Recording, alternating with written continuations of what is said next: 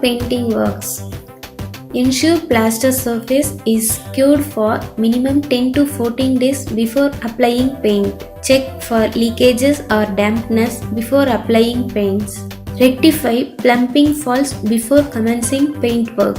Use sandpaper or wire brush to remove dust, loose plaster materials and other coatings. Apply either primer or lime coat before applying paint for aesthetic and to save cost. Apply second coat perpendicular to first coat of paint. Ensure the surface shall not be dry before applying paint. Use roller brush for better finish and faster work. Apply paint on walls opposite depending upon sun direction.